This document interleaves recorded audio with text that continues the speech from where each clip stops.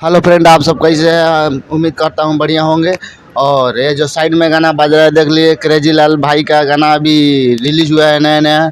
और इस वीडियो के डिस्क्रिप्शन में इस गाना का लिंक मिल जाएगा, जाके आप देख सकते हैं, डाउनलोड कर सकते हैं। इतना मस्त तरीका से शूटिंग किया गया है ना कि ये गाना जब आएगा मार्केट में तो पूरा ही देखना धमाल ही मचाएगा। हकीकत है ये। तो देखिए, साइड में वीडियो देख लेते हैं, तो उसके बाद में कुछ इसके बारे में बताएंगे।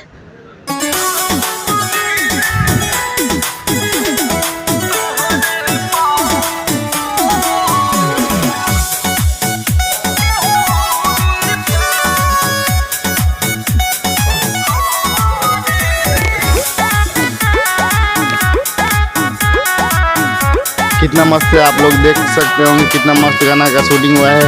और ये गाना रिलीज होने वाला है, अभी 30 सेकंड का रिलीज हो चुका है। इस गाना का लिंक मेरा डिस्क्रिप्शन में है, जाकर चेक कर लीजिएगा, देख लीजिएगा बाद कितना मस्त तरीका से शूटिंग हुआ है।